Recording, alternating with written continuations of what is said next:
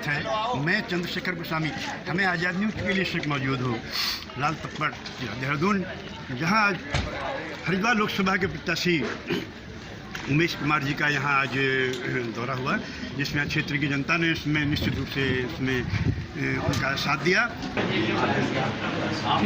25 लड़कियों की कन्याओं की शादी की है, अपने पैसे से की है, और इन्होंने उस बेईमान, उस गुंडे, उस अपराधी जो अपने आप को लोकतंत्र के समय राजा कहता था, उसे धूल चटाई है। आपने अगर अपना आशीर्वाद दे दिया, अपना वोट दे दिया, तो दोस्तों सदन में शेरगढ़ की आवाज उठेगी, माजरी की आवाज उठेगी, पारद्वारी की आवाज उठेगी, लाल तप्पड़ की आवाज उठेगी। मैं आपसे निवेदन करता हूँ, अपनी बातों और बहनों से निवेदन करना चाहता हूँ, हाथ उठा के बताएं कि आप समर्थन करते हैं, दोनों हाथ उठा के। धन्यवाद। हो गया। 3 महीने पर उमेश जी ने भी समर्थन दिया था। सचिन का तो बड़ा योगदान रहा उस आंदोलन में। हमारे सभी सम्मानित अतिथिगण, हमारी माताएं, हमारी बहनें, हमारे युवा साथी, आप सभी का बहुत बहुत धन्यवाद। आप लोगों ने मुझे अपने गाँव में आमंत्रित किया और सम्मानित किया। हर समुदाय के बच्चों समुदाय में जाके जाति भात कूटनीति उनकी शादियां करवाई। गोस्वामी जैसा आदमी प्रभावित हो गया इनसे। मैं किसी पार्टी से नहीं मतलब रखता, मैं उसके साथ चलने वाला हूँ। देखिए, क्षेत्र की जनता जाग चुकी है। भ्रष्टाचारियों को इस बार ये भगाना चाहते हैं।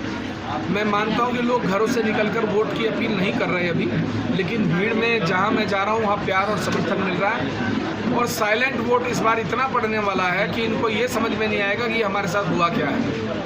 5 किलो मुफ्त अनाज देने की तो घोषणा करते हैं, लेकिन शिक्षा की ओर मुफ्त शिक्षा कोई बात नहीं कर दिया लोगों को बर्बाद।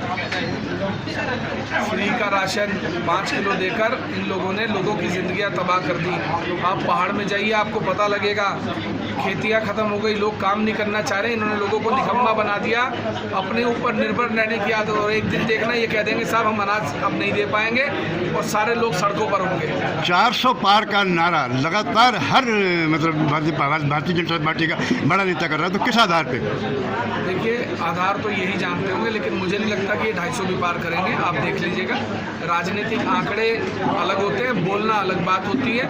अगर आप पूरे देश का बैठकर राज्यवार आप आकलन करेंगे तो आपको खुद समझ में आ जाएगा कि 400 पार कैसे हो रहे हैं, ये समझा दें। अब एक नारा दे दिया 400 पार तो 400 पार, कह दिया थाली बजाओ तो थाली बजा रहे हैं, लाइट जलाओ तो लाइट जला रहे हैं, ढोल बजाओ तो ढोल बजा रहे हैं। बस ये चल रहा है। अब नारा दे दिया 400 पार तो 400 पार, पिछली बार का 300 पार। तो ये तो नारा देने की बात है, देते रहेंगे। मुझे ये बताइए ना, आप बार बार कहते हो कि अयोध्या तो झांकी है, अभी मथुरा काशी बाकी है। आपने कभी ये कहा कि दिल्ली के अस्पताल तो झांकी है, पूरा देश बाकी है?